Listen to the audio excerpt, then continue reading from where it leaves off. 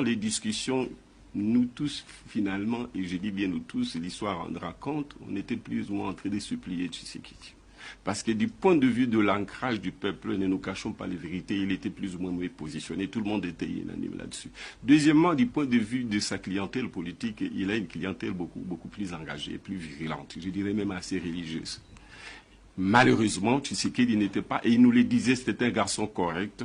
Il nous a dit qu'il ne peut pas porter les projets qui consistent à lutter contre la machine jusqu'au bout. Et parce que, d'expérience de son parti, il n'était pas possible qu'il n'aille pas aux élections. Si Kabila maintenait la machine à voter, il serait obligé d'aller aux élections. Pourquoi? Parce que la notion du boycott, dans ce parti, on en a l'expérience. Il s'est passé donc, par exemple, nous disait-il, qu'en 2006, ils ont demandé le boycott d'abord de la Constitution. Le peuple est allé voter pour la Constitution. D'abord voter, ensuite pour la Constitution. Ensuite, ils ont demandé qu'on n'aille pas aux élections. Le peuple est allé aux élections et ils se sont retrouvés dans une situation où finalement c'était un peu comme un reniement du peuple. En 2011, même chose, ils sont quand même allés aux élections.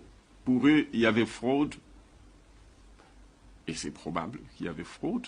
Mais il se trouve qu'ils ont demandé à leurs militants élus de ne pas siéger à une assemblée dont l'électorat n'était pas représentatif. Mais leurs députés sont allés. Ils se posent la question, cette fois-ci, comment ils peuvent demander au peuple de ne pas aller aux élections et espérer que le peuple va aller. Voilà ce qu'ils disaient. De sorte que, d'ailleurs, c'est un accident qui avait que finalement, c'est lui qui portait les projets du rejet de la machine et du rejet du fichier corrompu.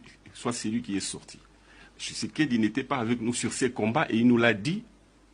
Et il était correct, on a discuté longtemps. Il disait, oui, on peut aller jusqu'à contester la machine à voter, mais nous devons avoir des garanties que le pouvoir va nous obéir. Il faut avoir une stratégie. Je n'ai pas l'impression qu'on a une stratégie qui soit cohérente pour qu'on arrive au résultat.